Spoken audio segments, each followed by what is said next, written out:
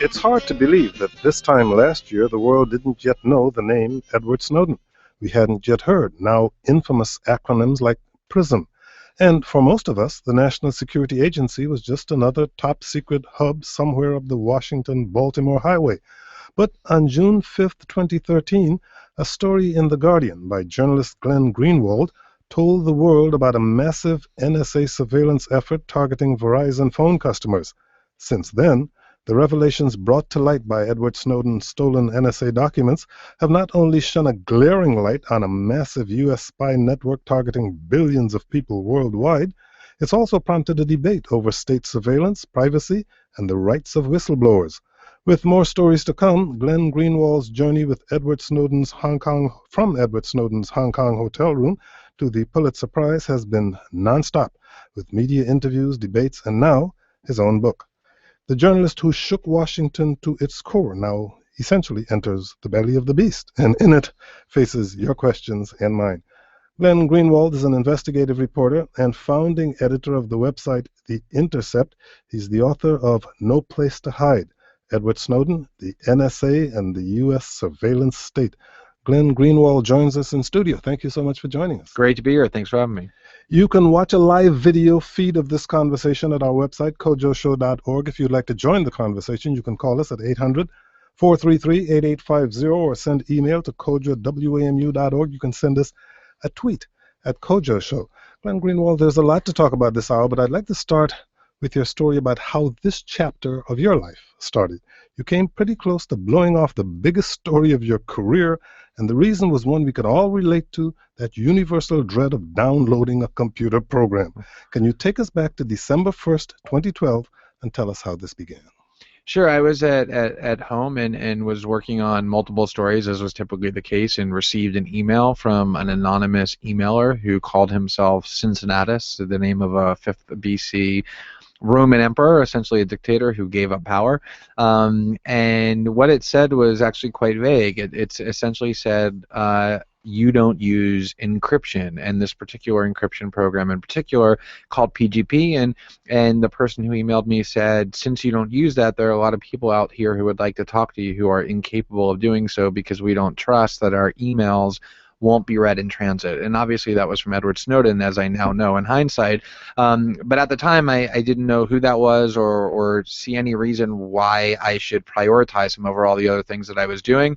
Even though you promised to use the encryption and never did. Yeah, I had essentially I'd been intending to for months, and I sort of said, you know, the way you do when someone asks you to do something, but you're not sure when you can do it. Yeah, I'll sort of get to that. And I never did, and he spent 7 weeks trying to cajole me to do so, but the problem was he was afraid, for understandable reasons, obviously, give me any information in an unencrypted environment. And so essentially I did almost lose the story because I never found a reason to put him at the top of my list. Your account of your first meeting with Edward Snowden was very cloak and daggerish. Can you describe that meeting at the Myra Hotel in Hong Kong? I mean, Hong Kong itself is a very strange place because it's essentially sort of China, but not China. It's semi-independent, and it's a sprawling and modern city. And we were suddenly in the middle of the city, Laura Poitras, the reporter with whom I was working, and myself, and we were on our way to meet this person whom we knew had many thousands of documents, but we didn't know anything about him. And so he created the plan for how we would meet, which was that we would meet in the middle of... The Mira or Myra? The Mira? You know, I'm not actually sure. It's M-I-R. I guess both work. It's tomato and tomato. And the idea was that he had selected this place in the middle of the hotel that he, in his own words, thought was sufficiently deserted so that we could meet there without a lot of attention, but not so deserted that if we met there it would attract attention. And the instructions were to wait on a couch that was situated in front of this gigantic plastic green alligator that was decoratively put on the floor. And we had 2 assigned times to wait for him, a code question to ask to signify to him that everything was fine on the way over, that we hadn't been followed. And then once he arrived, the question was, how are we going to know that it's you? And the plan was, he said, I will be holding a Rubik's Cube in my left hand, and that's how you'll know it's me. Said he'd be holding what became my enemy in his left hand, Rubik's Cube. In case you're just joining us, we're talking with Glenn Greenwald about his new book, No Place to Hide. Edward Snowden, the NSA, and the U.S. surveillance state, and inviting your calls at 800-433-8850. You can read an excerpt about Edward Snowden's initial contact with Glenn Greenwald at our website, kojoshow.org. What were you expecting Edward Snowden to be like before you met him? I didn't have a very clear idea because he said almost nothing about himself, but I was certainly expecting that he would be somebody who would be quite older, probably in his 60s or even 70s. And I thought that because he had demonstrated to me that he really did have access to extremely sensitive top secret documents of the NSA, the most secretive agency in the U.S. government.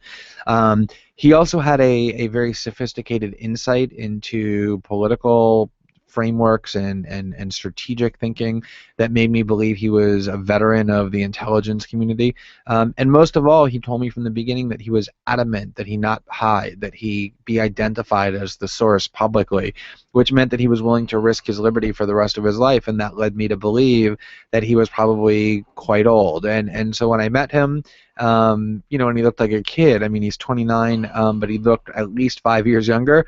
It was some extreme cognitive dissonance. It actually made me physically dizzy just thinking about what I was expecting versus the reality of what I was faced with, and it led to a lot of confusion and distrust at the very beginning because it was so different from what I was expecting. You described him as a veteran of the intelligence community. A lot of media reports suggested that this guy was some low-level functionary in the intelligence community. That was not the case at all. Exactly. It's interesting. I think we all know that the media is capable of disseminating falsehoods. Any of us who lived, for example, through the Iraq War know that very well. But when you're actually in the middle of a story, you really get a full appreciation for just how eager the media often is to just mislead the public on large questions. And you're absolutely right. Edward Snowden, though he was depicted as this high school dropout and low-level IT guy, was in fact a very highly trained cyber operative by both the CIA and the NSA, who actually started teaching other operatives how to both hack into other nations' systems as well as to safeguard the confidentiality of digital data that the U.S. government possesses. During those initial days of questioning Snowden and learning why he was leaking these documents, what did you learn about his moral and his intellectual reasoning for what he did? This, to me, was the central question that I needed to get answered, because if you think about it, and it's one of the main reasons I read the book was to contemplate this question: why would a 29-year-old with a very stable life and a lucrative career and a girlfriend who he loved and a family who supported him knowingly risk the rest of his life in prison in pursuit not of enriching himself or to exact vengeance, but to defend political principles? And ultimately what I understood him to have concluded and to have morally reasoned is that it isn't enough in the world to have beliefs against injustice, that those beliefs only are meaningful if you're willing to take action and to even sacrifice your own interest in pursuit of those principles. And he essentially convinced me that he was not comfortable or willing to live the rest of his life knowing that resting on his conscience was the fact that he had confronted and discovered this injustice and let it linger and fester without doing something about it, that whatever the U.S. government did to him, including putting him in prison, wouldn't be as bad as having to live the rest of his life with that knowledge that he did nothing. Given that determination that he projected to disclose these documents, how did that influence you as you faced your own, presumably, fears about writing and publishing these articles? It really influenced me profoundly to see somebody who was that young, who had done something so principled. Whatever you think of Edward Snowden and the disclosures, there's no denying that he sacrificed his life in pursuit of this principle. And what was really striking to me about it was that when we were in Hong Kong, I know for myself, I was able to sleep almost never. The tension and burden and obligations that these documents imposed and the excitement over it just prevented me from even resting. And by contrast, he was incredibly at peace, even though he was the person who, within a short matter of days, we knew was going to be the most wanted fugitive by the world's most powerful government. And it was that peacefulness and that tranquility of watching somebody who knows that they've done something so profound out of a sense of conviction that really infected me, and I felt like it became my obligation to do the reporting in the same spirit of fearlessness that had driven him to make this choice. You know, he could have covered his tracks more carefully. Why did he decide not to do that as well as he could have when he stole these documents? Yeah, I mean, I spent a long time asking him whether he believed that his being detected as the source was inevitable, and he insisted that it was inevitable, and the reason was what you just said, which is that he didn't even take all the steps he could have to prevent detection. And the reason he said it was twofold. One is that he didn't want his colleagues at the NSA to be investigated and harassed and falsely accused for being the source of the leak. He didn't think that was fair or just. But he also just felt that it was his obligation as an individual and as a citizen, if he were going to do something that affected this many people in this extreme, he thought it was his obligation not to hide or to try and avoid detection, but to come forward publicly and identify himself and explain why he did what he did. When did you finally figure out that Cincinnatus was indeed Edward Snowden? It was many months later. In fact, it was one of the more embarrassing things that happened. I hadn't, even once I knew I had the source, I never connected him back to that emailer who back in December I was essentially ignoring and blowing off. And I had finally installed the encryption programs that he had wanted me to install with his help. And I don't know what caused it, but I was using encryption and I was sitting in my hotel room in Hong Kong and I suddenly remembered this emailer from months earlier. Yeah, that was guilt attacking. I think it was guilt. You're absolutely right. That was resting on my conscience. And you're absolutely right. And I said, I need to email that person and say, guess what? I now have encryption. I know it took me a long time, but now we can communicate. So I searched for the email by keywords. I found the email. I emailed that person and excitingly announcing that I now had encryption. And about an hour later, I went over to Snowden's hotel room. I walked in to work on documents, and he looked at me with a little bit of scorn, maybe a lot of scorn, and he said, the person you just emailed, Cincinnatus, that was me. And that was the first time I put together the fact that this amazing source was actually the person emailing me all those months earlier. Your personal motivations for taking on this story were twofold. As an activist journalist, you wanted to, in your words, shine a light not only on secret NSA spying, but on the corrupting dynamics of establishment journalism. For those listeners who are not familiar with your work, give us an idea of your problems with the reporting that those more mainstream or traditional outlets do. When I got into journalism in 2005, I did it because I was interested in a narrow range of topics, mostly as a former lawyer, constitutional lawyer, ones arising out of this war on terror theories that the Bush administration had adopted that I thought were extreme and radical. And I quickly learned that you can't really engage political problems, even ones that narrow, without understanding and engaging the role that the media plays in enabling these policies. And as I looked more at what the media does, the more I came to understand that the theory of why we have a free press was supposed to be that we have this force that is outside of the circles of political power that serve as a check on those who wield political power by scrutinizing what they do, investigating it, and pushing back and creating some tension between those in power and a free press. And what I think has happened probably over the last 4 to 5 decades, but particularly in the wake of the 9/11 era, was that the exact opposite had happened. The media ceased being adversarial to the government. They became very subservient to it. They became spokespeople for it. The most obvious example is the role the New York Times and other leading American media outlets played in the run-up to the Iraq War, unquestioningly disseminating claims by the government, no matter how dubious and evidence-free they were. But there's lots of other examples, and I've been a long-time critic of the U.S. media, going back to the time I first started writing in 2005, based on those principles. When I first got into this business some 40 years ago, a wiser colleague than myself says what you will learn from your colleagues is that they question everything the government says about domestic policy and believe everything the government says about foreign policy. He was, as I said, a much wiser man than I was. That was prescient. It's true. Here is Sally in Reston, Virginia. Sally, you're on the air. Go ahead, please. Yes, my question is this, and forgive my voice, I have a cold, but when something is going on with a government official or an agency or a program, we as citizens, ostensibly anyway, have the right to question this and to ask about it. But I worry a little bit about the I consider undue influence of corporations around the world, and we can't keep track. We don't know who the president is. I mean, the average person has to really search. And I'm wondering how you uncover things that might be going on that aren't good for our country, our nation, or our people, when it's not our government, when it's an agency or organization other than our local or federal government? Glenn Greenwald. It's a great question, and I think it underscores a really important and serious development that hasn't gotten a lot of attention. I mean, if you think about it, Edward Snowden is talked about as being an employee of the NSA, and in one sense he was. He went into the NSA's offices every day, he worked on their systems.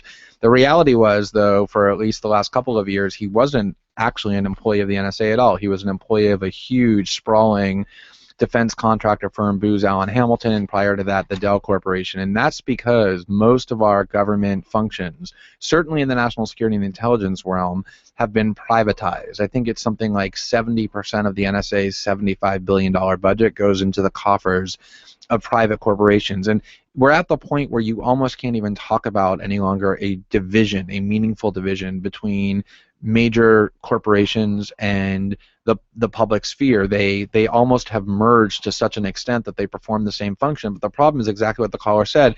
We have all these great safeguards and transparency rules for people in government, but they don't apply to those in corporations who are actually carrying out the major functions of government power, and that is a critical aspect of how our country functions, to understand that it is often corporations playing the major role. We're going to take a short break. When we come back, we'll continue this conversation. You can watch a live video feed of the conversation at our website, kojoshow.org. We're talking with Glenn Greenwald, investigative reporter and founding editor of the website The Intercept. He is also the author of No Place to Hide, Edward Snowden, the NSA, and the U.S. Surveillance State. 800-433-8850. Do you think revelations of the government surveillance program has changed this country, has changed our relationship to other countries? Send us an email to kojo@wamu.org. I'm Kojo Nandi.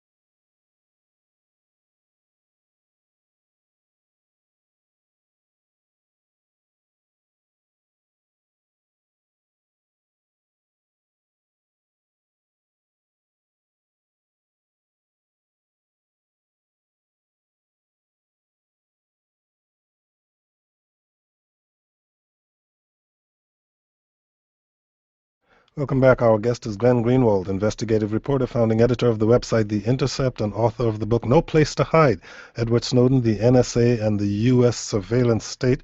Last month, the Pulitzer Prize for Public Service Reporting was split between the Washington Post and The Guardian for their reporting on this. The Pulitzer came just days after Glenn Greenwald and Laura Poitras won the George Polk Award for National Security Reporting. Congratulations. What's interesting about your arrangement in Hong Kong is that your friend Laura Poitras was working with you and with the competition at the Washington Post at the same time. Can you explain that and tell us how that competition with the Post entered into how you broke these NSA spying stories? Well, the interesting thing about Snowden's choice is that both Laura and I are essentially outsiders. Even though I was working with The Guardian, I was there more or less on an independent basis. I was able to work for other organizations. Laura is probably the most independent person I've ever known. She is a filmmaker. I don't think she's ever worked for a large corporation or any kind of regular employee job in her life. And so what we really wanted to do is to try and use these institutions to do the reporting in the most effective way possible, and playing them off against one another, but also making sure that an institution like the Washington Post, which is basically the most cherished newspaper of the Washington political elite, we knew that if they were involved in the story, if they were reporting some of Edward Snowden's documents, that it would be very difficult for the Washington media and political class to say, well, this is treason and the people involved should go to prison, because they would essentially be arguing for the prosecution of Washington Post journalists. And so involving them in the story was an important strategic choice I think we made. Because of your Guardian editor's hesitancy to publish your stories, you came pretty close to publishing them on an independent website. How did you weigh the risks and the benefits of doing something like that without the backing of a media institution? You know, one of the points that I think is really important to understand about journalism is that when the Constitution was enacted and there was this idea of a free press, there wasn't supposed to be this professional class of people called quote-unquote journalists. It was really designed to protect citizens of all kinds who wanted to use the press to check the government, to engage in activism. And so part of me liked the idea of saying, I'm going to do this story just as a citizen, not a part of a huge corporation. And the other part of it was, we felt like if we were going to break this massive story on our own, we could recruit this sort of worldwide army of volunteers, of editors and researchers and fact checkers and lawyers. And I love the idea of this kind of emboldening process where people would just band together based on their pure passion for transparency and journalism and work together on this story. But you're right, there were incredible risks to doing this reporting, even being part of a protective institution like the Guardian, and so I'm ultimately glad they decided to do it aggressively and I didn't have to test those risks by leaving. Got an email from Beth in D.C. I loved your statement this morning on C-SPAN about how the corporate ownership of news has eliminated most serious investigative reporting on the government and the corporations. You said that most big news organizations are now owned by corporate parent companies and that those interests pose a conflict for the news organizations. I could not agree more, but could you elaborate? If you look at how media ownership existed 5 or 6 decades ago, there were some exceptions, but by and large, if you work for a newspaper or even a television station, the people who owned it were companies or families that tended to just have as their primary asset that newspaper or that television network. They were journalism companies. What you have now instead, if you look, for example, if you watch MSNBC and you see a host you like, or you look at CNN and you see somebody you like there, the MSNBC host is actually a Comcast employee, and the CNN host is a Time Warner employee, and Time Warner and Comcast have enormous amounts of relationships with the government that have nothing to do with their media division, and so they don't want their media division to create hostility between their corporation and the government. It becomes this kind of corporatized mindset where even the journalism is expected to be, like all other parts of the corporation, faceless and soulless and uncontroversial, especially to those in power. And I think it really has diluted and neutered journalism in the way that corporations tend to neuter and dilute most of what they touch, because the idea is to be as sort of shapeless and inoffensive as possible, and that's a really bad thing for journalists to be. On to the telephones again. Here now, Allison in Washington, D.C. Allison, you're on the air. Go ahead, please. Kojo, thank you again for a great show, and Mr. Greenwald for your work on this. I believe Edward Snowden is a national hero for what he's done, and I think the press is just, they are not journalists, they are entertainers. They are more interested in hanging out with stars at the correspondence dinner and being in black ties than doing their jobs. And I believe the war in Afghanistan would have ended sooner if we were seeing the kind of combat footage that we saw during the Vietnam War. And it's unfortunate that we don't have that independent fourth estate watching our government for us. Allison, thank you very much for your call. Care to comment, Glenn?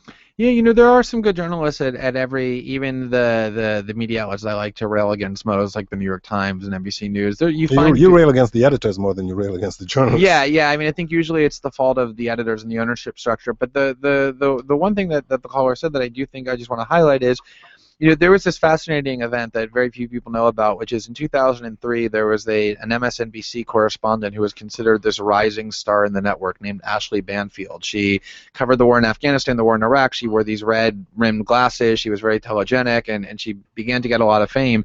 And she came back from the war in Iraq, and in April of 2003, she gave a commencement address at Kansas State University, which you can read online, and I encourage you to do so. And it talked about how the way that American cable networks and news networks covered the Iraq War and the Afghanistan War was extremely propagandistic. They were almost not allowed to show where, for example, the missiles that you saw being launched as they were embedded in the U.S. military, where those missiles were landing and who they were killing and the children whose lives they were ending and the families they were destroying.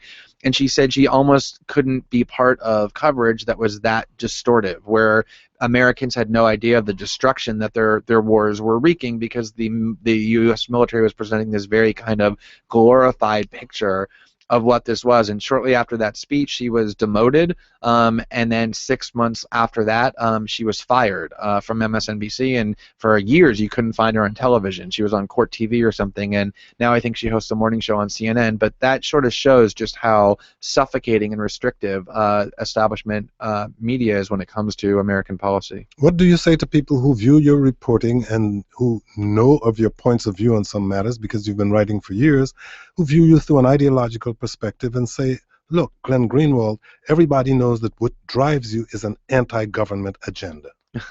You know, it's funny about that, because to me, all of us human beings view the world subjectively. We all have opinions, and we're not computers. We all perceive the world through all sorts of subjective prisms, where we're from, our socioeconomic status, our backgrounds, our experiences. So to me, there's no difference. There's no such thing as, are you a journalist who has opinions, or are you a journalist who doesn't have opinions? We all have opinions. The question is, are you a journalist who candidly tells your readers and listeners what those opinions are, or do you pretend deceitfully that you don't have them? And ultimately, the real question is your journalism factually reliable? That ultimately is the only question that matters, and I think in the NSA story, very few of our stories have ever been meaningfully questioned, and I think that settles that debate. On to Frederick in Hanover, Virginia. Frederick, you're on the air. Go ahead, please. Good afternoon, Kojo. I just have one issue that I have with Mr. Greenwald and his interview. I have not heard him say anything about the American soldiers that get killed out there based on this information that they have leaked out. I heard him talk about the innocent kids and civilians that die out there. Well, what about soldiers that we send out there? What about the risk that information which was revealed may have jeopardized their lives? Did he ever consider that? And also, he's criticizing mainstream media in this whole setup. Well, the mainstream media that he's worried about, he's also part of the whole setup. Before he responds to you, can I ask you to be more specific about what lives do you think have been lost as a result of his reporting? I'm pretty sure, based on that reporting, the information that they put out, people may have died. Because if you keep saying may have, I was trying to find out if you were speaking about a specific incident.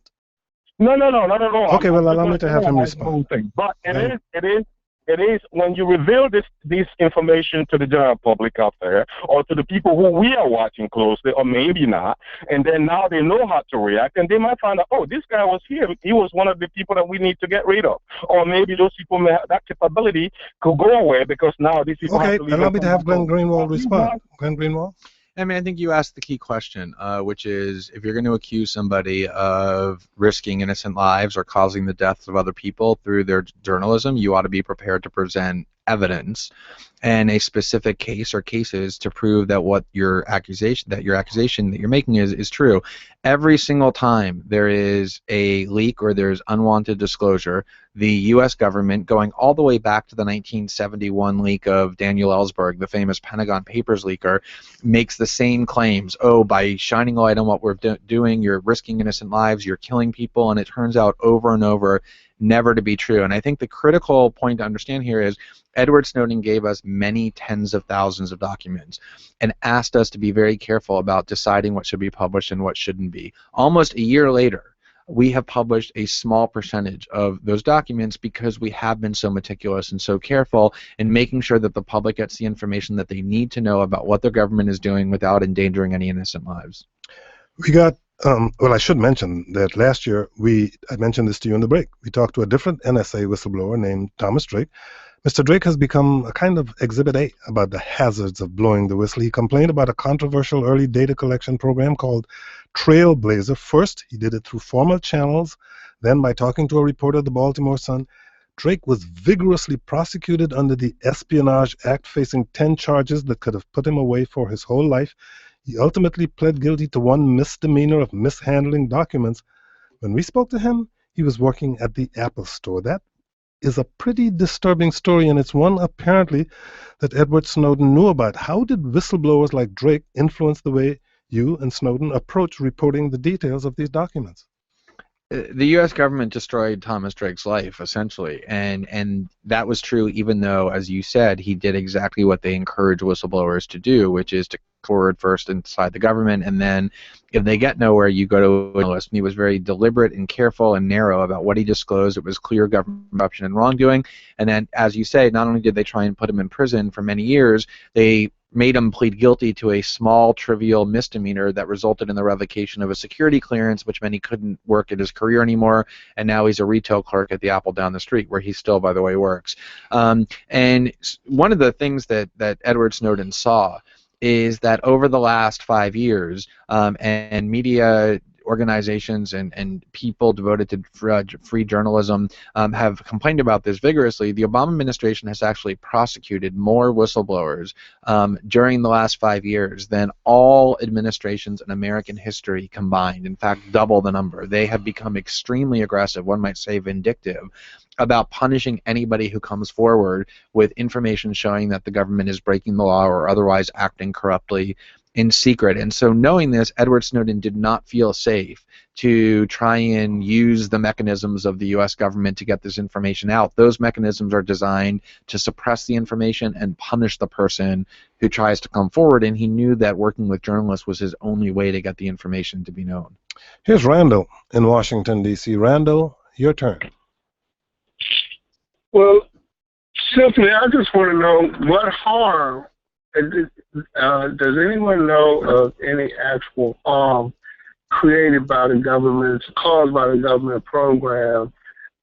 And additionally, I would like to I almost feel like with Edward Snowden being in Russia as a safe haven, it just all seems like you and Mr. Snowden are kind of like traitors, because I don't think that the government program was actually hurting anyone. And if you can explain to me how they hurt someone. How was this government program hurting anyone? Well, first of all, once we exposed the program, a federal court here in Washington, the first federal court to look at the constitutionality of the program, said that the program is a violation of the Fourth Amendment and has violated the constitutional rights of tens of millions of Americans, which sounds like a pretty significant harm to me. But beyond that, there have been specific revelations, such as the fact that the U.S. government, according to one of the documents that I'm publishing in the book and that I reported on previously, has been collecting the online sexual activity of people it considers, quote, radical, meaning people who radicalize others with their message, even though they themselves are not members of terrorist organizations or plotting terrorist attacks. And they have collected this information, intimate chats, visits to pornographic websites, and are plotting how to use that information to discredit those people.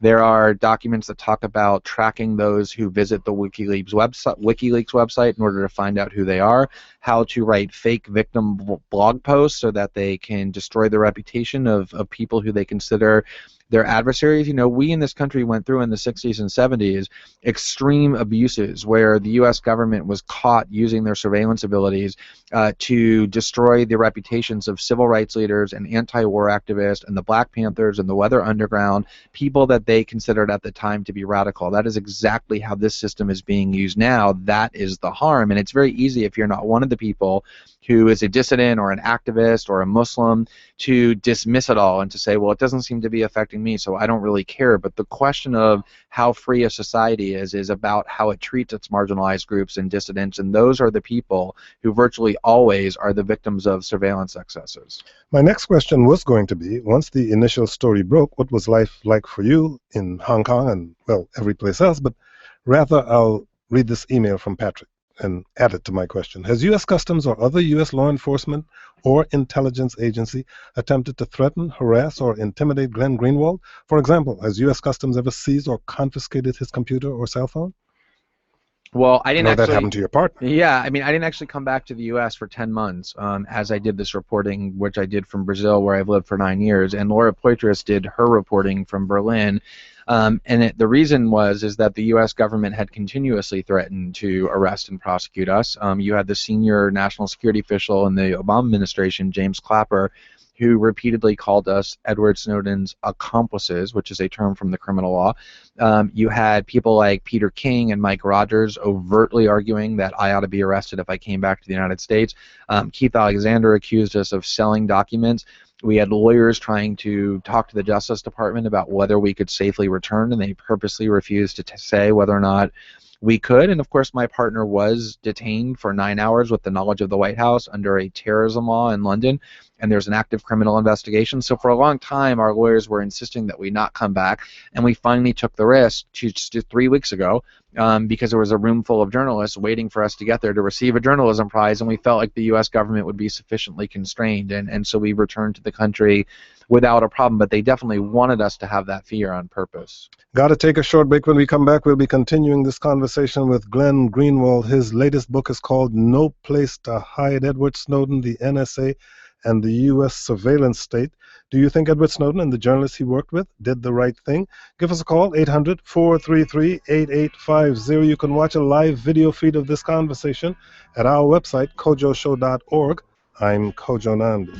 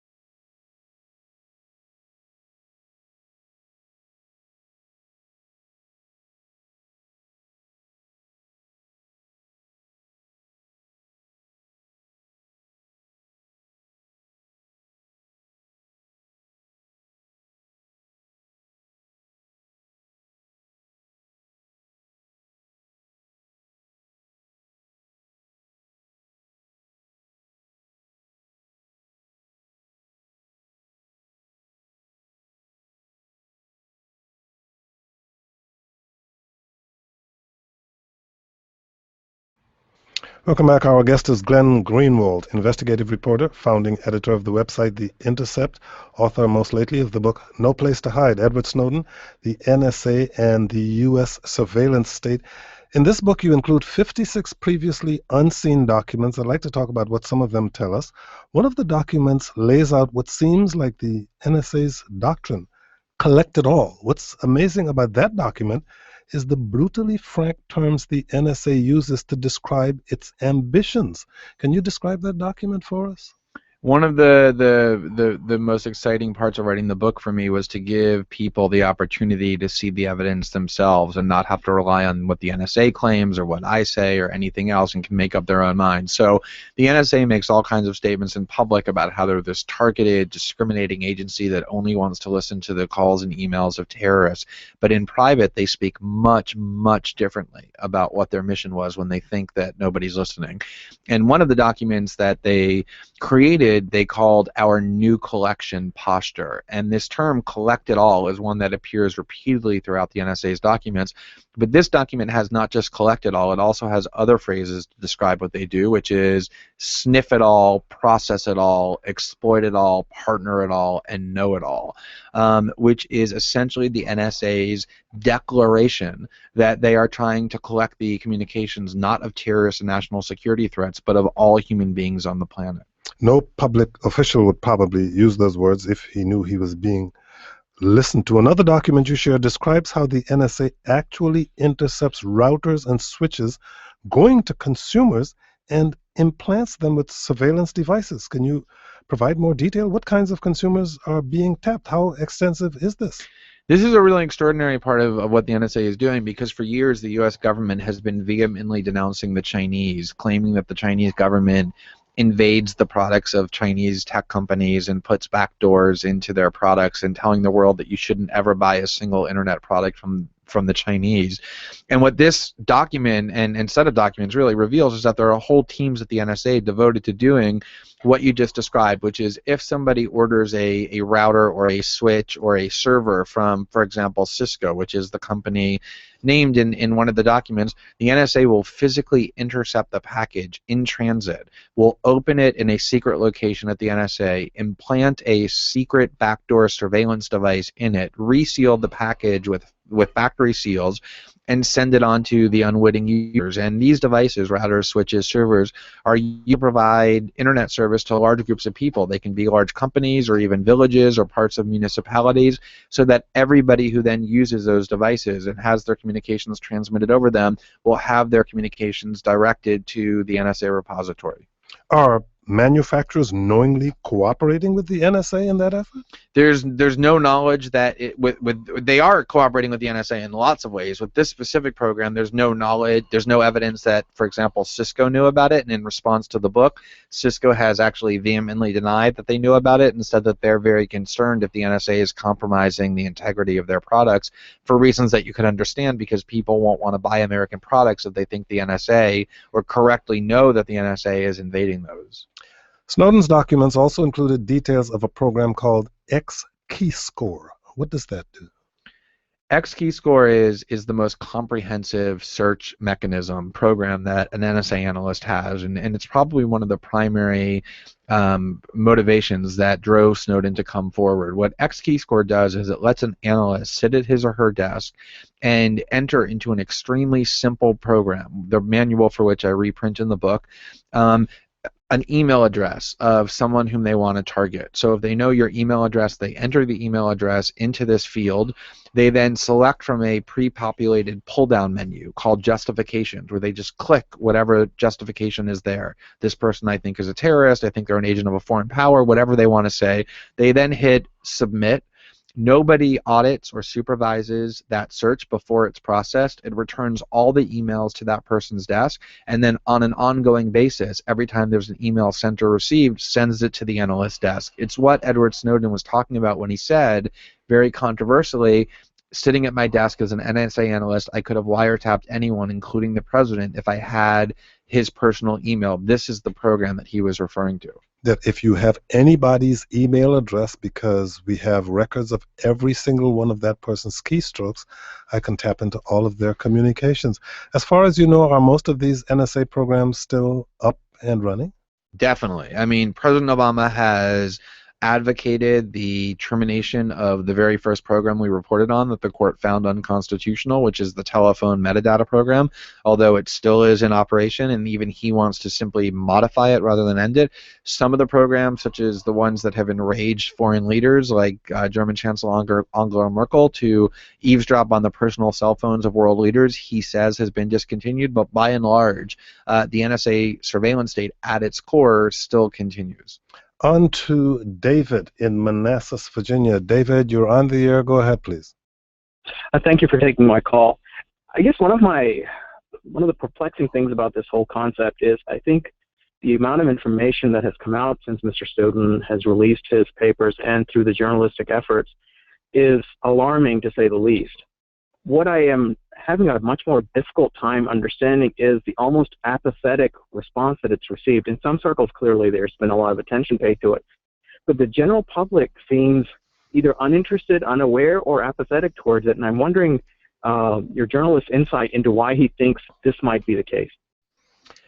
So first of all, I think it's important to separate American public opinion from world public opinion, because this has been a global story. I'm based in Brazil. This has been probably one of the 2 or 3 biggest political stories there. It has reshaped how Brazilians think about all sorts of things, including their relationship with the United States, same within Germany, within France and Spain and other countries.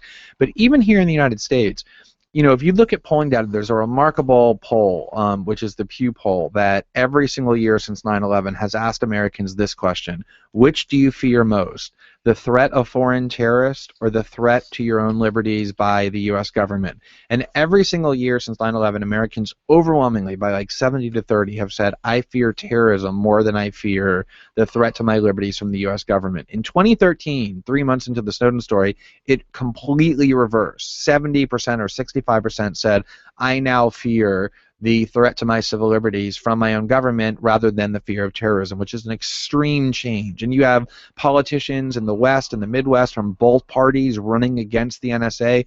There really is a lot of outrage. The problem is there's no outlet for it. How, if you're an American citizen and you're outraged about what the NSA is doing, do you express that outrage? Americans don't generally march in the street. When they do, it's over things like healthcare or their inability to pay bills or unemployment. But in general, I think there's a sort of helplessness among the American public that even when we vote for different leaders, even when we go to the polls, even if we speak out, very little changes. So I don't think it's a lack of outrage. I think it's a lack of vehicle for having that outrage manifest in a meaningful way. Well, some of that outrage is against you and Edward Snowden. Here is Courtney in Alexandria, Virginia. Courtney, you're on the air. Go ahead, please. Hi, Kojo. My comment is this. I'm concerned about the way that Edward Snowden is being characterized in this conversation.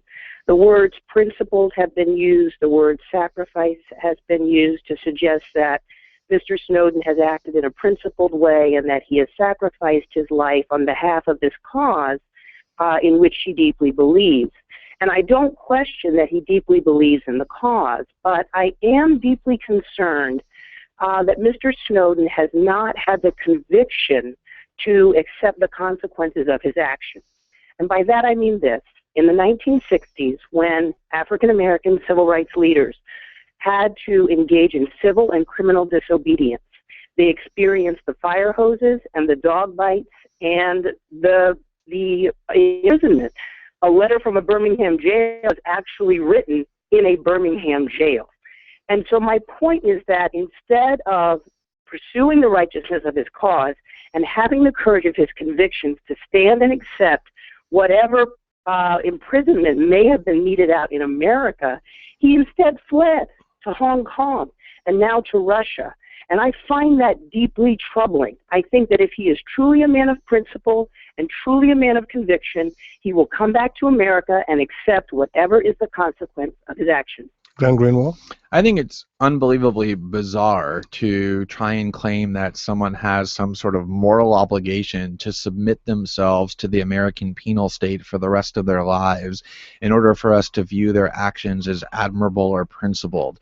There are all kinds of people who do admirable and principled things who don't actually want to spend the rest of their lives in a cage. And I think one of the things important to understand about Mr. Snowden is we were assuming when we were in Hong Kong that the almost certain outcome of his actions was that he would end up in an American prison, that was something he was prepared to do. He didn't want that to happen. What person in their right mind would, but he was prepared to do it.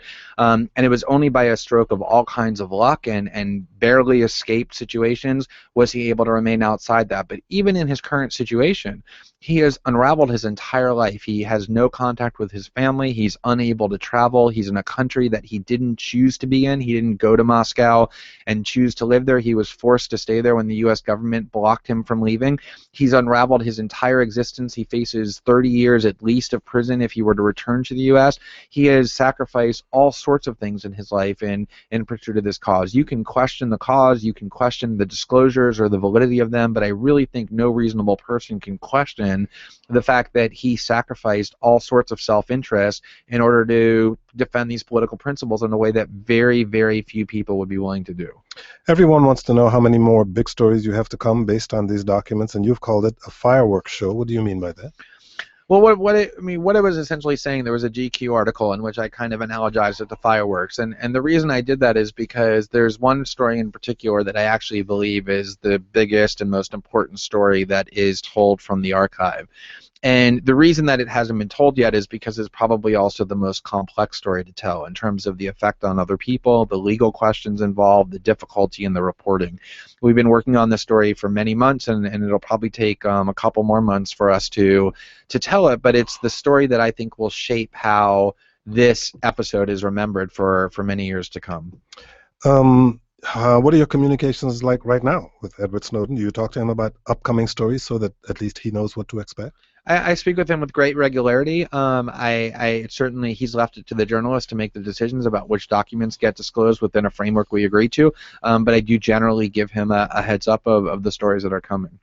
You've made your mark as a self-described outsider to the traditional media world, but you're now the bold-faced name for First Look Media and its website called The Intercept, which is funded by the founder of eBay. Tell us what your plans are for The Intercept. One of the problems that I think we've isolated in how the media functions is there's this sort of dilemma right now, which is there's great opportunities because of the internet to do genuinely independent journalism. The problem is that if you do that, you can go and create your own website or a collective website. You're generally without the resources you need to do real sustained investigative journalism. You don't have a team of editors, lawyers if you need them, technology, travel budgets.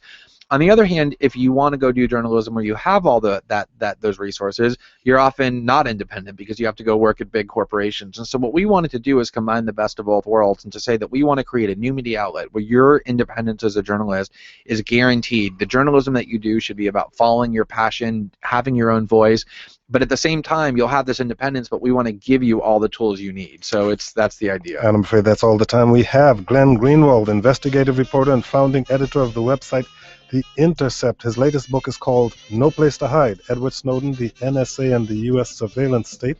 Glenn Greenwald, thank you so much for joining. Thank you for having me. Really enjoyed it. And thank you all for listening. I'm Kojo Nand.